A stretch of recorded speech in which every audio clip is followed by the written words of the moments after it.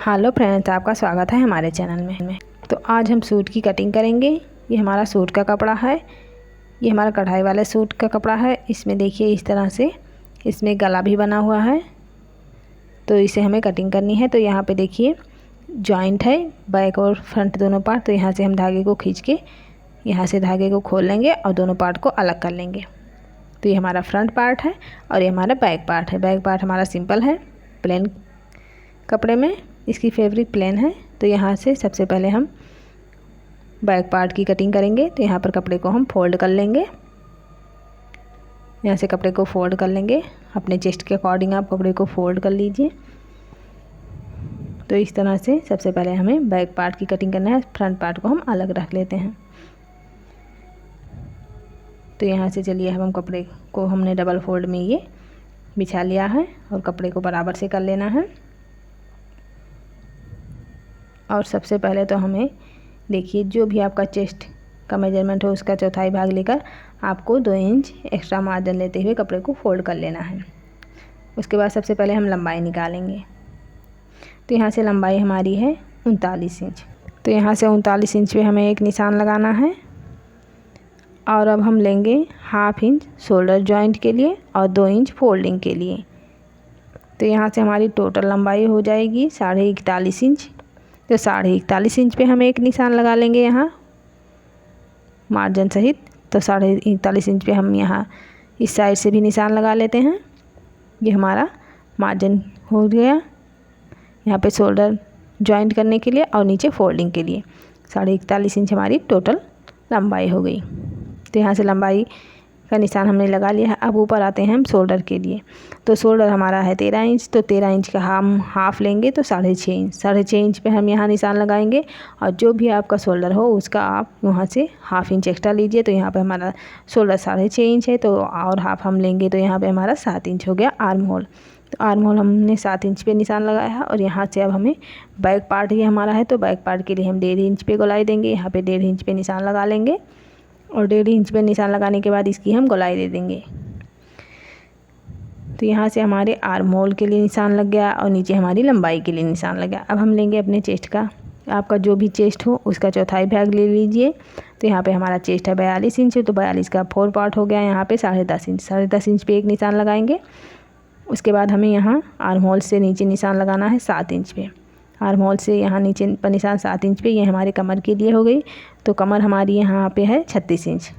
तो 36 का चौथाई भाग यहाँ पे हो जाएगा 9 इंच। 9 इंच पे हमने यहाँ पे कमर के लिए निशान लगाया। अब हम फिर आर्म होल पे से रखते हुए यहाँ 14 इंच पे एक निशान लगाएंगे। ये हमारा हिप के लिए है।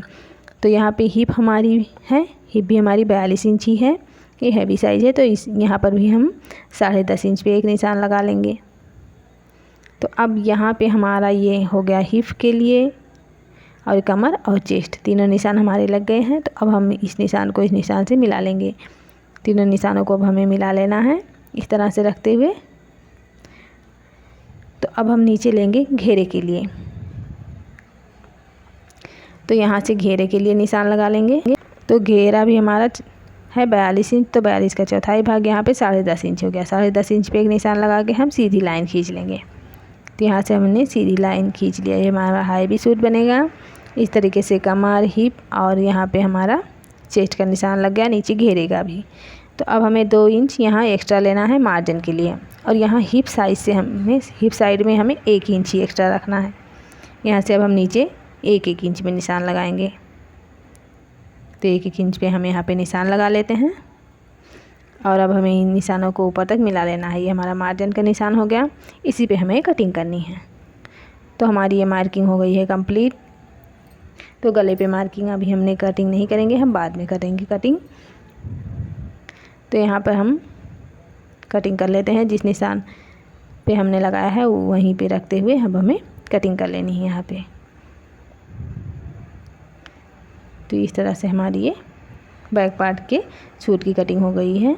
अब हम इसे साइड में रखते हैं और अब हम फ्रंट पल्ले को उठा लेते हैं।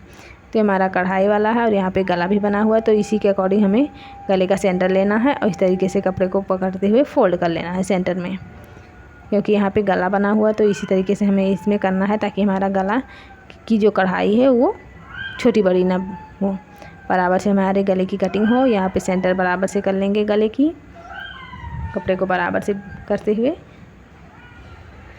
तो यहाँ पर हम कपड़े को बराबर कर लेंगे, ऊपर से छोटा बड़ा। इसके बाद इसके ऊपर अब हमें बिछा लेना है बैक पल्ले को। बैक पल्ले को इसके ऊपर रख लेंगे। तो सबसे पहले हमें यहाँ पे गले पे निशान लगा लेना है, क्योंकि हमारा ये गला लंबाई में बड़ा है। तो पहले गले पे निशान लगा लेते हैं 6.5 इंच, जो भी आपको रखना हो, जितना छोटा बड़ा गला। तो यहाँ पे हमने ये फ्रंट पार्ट है 6.5 इंच पे हम निशान लगा के सीधी लाइन खींच लेंगे।